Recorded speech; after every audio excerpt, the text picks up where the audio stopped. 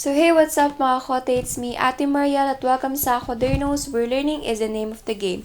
So kung bago ka pa lamang sa aming YouTube channel, i-click mo na ang subscribe, like, and share button para mag-update ka sa aming mga videos. So samahan natin si Super K sa panibagong araw at panibagong lesson na ating matututunan dito sa Kodernos, at ang bagong lesson natin for today is all about man and his environment. So dito naman, yung mga taos, of course, nakapaligid sa atin ng ating environment. So, meron tayong environment sa land, sa water, and sa air. So, before we start our lesson about this one, so, syempre, meron pa rin tayong trivia for today. So, ating trivia for today is the world record for the tallest stack of donuts totaled more than 3,000. So, I love donuts. So, sino mga nakatikim dyan ng donuts from Krispy Kreme, Dunkin' Donuts, so Mr. Donut, so that's my favorite. One of my favorites in dessert. Lalo na yung Bavarian na may chocolate sa loob and strawberry. So, pati choco butternut. And the world record for the stack. Alam niyo yung stack, ibig sabihin yung parang pinagpatong-patong. For example, stack of plates sa pinagkainan, ganon. So, ang pinaka tallest stack niya, or total number ng mga donuts na nakapatong-patong sa isa't isa is 3,000.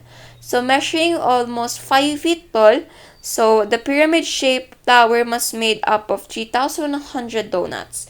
According to Guinness World Records, the structure was designed on a number of different software products to ensure its structural integrity.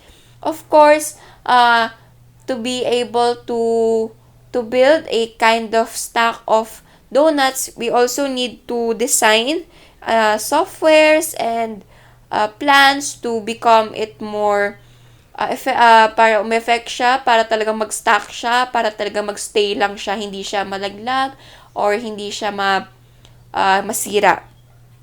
The organizers behind the project enlisted the help of structural engineer and an architect, who eventually concluded a pyramid shape would give them the best combination of stability and height.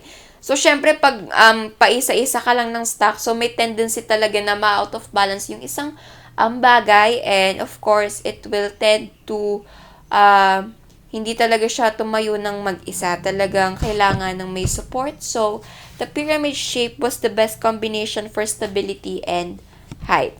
So, yan. The world record for the tallest stack of donut is more than 3,000, and the total is 3,100. So, ayan. So, ito na ating banana sa environment. Meron pang ballpen dito.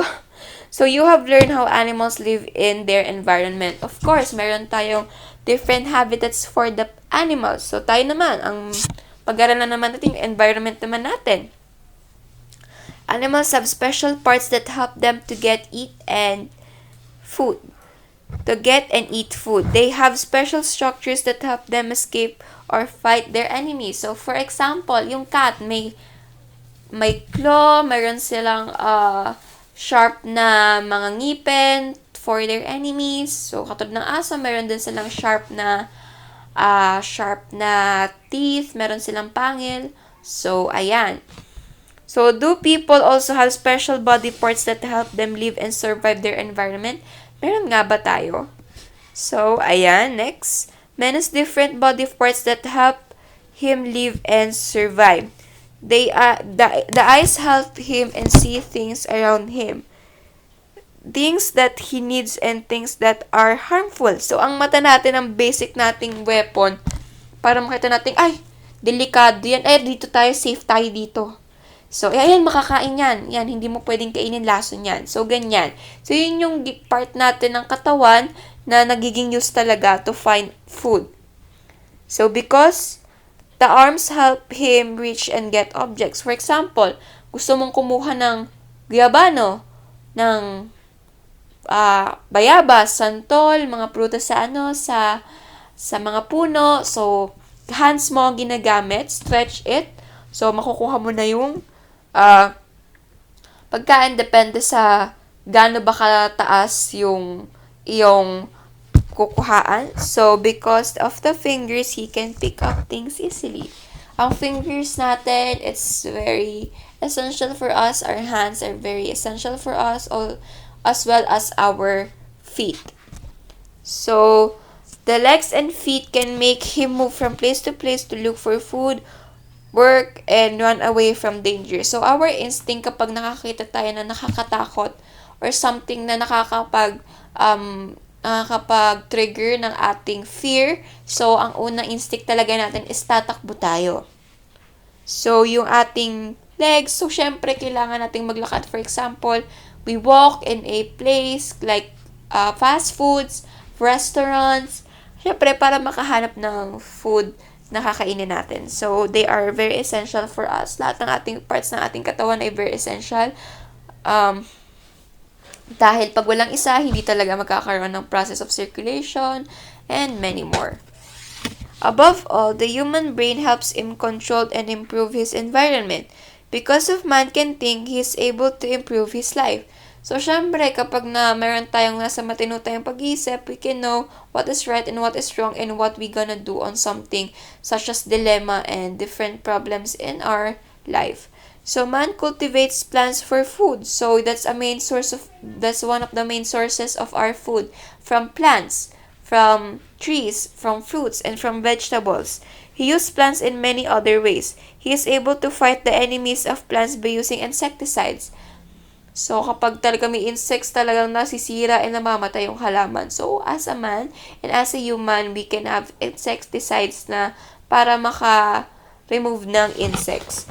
So, he plants crops that grow in different kinds of soil in different seasons.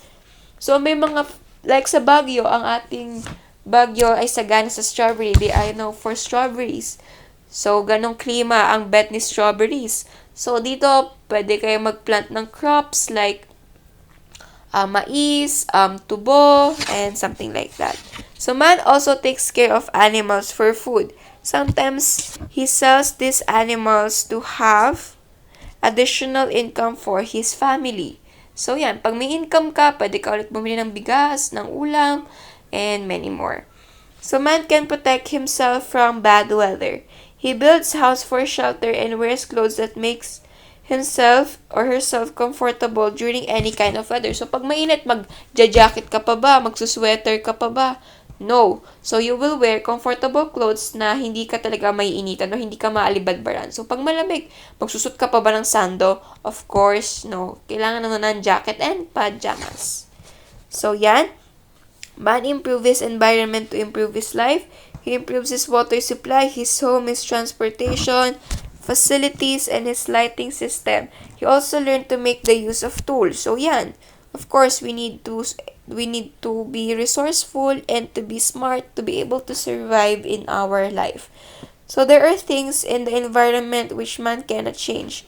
These are the weather, earthquake, volcanic eruptions, and other natural happenings. What man does to adapt himself?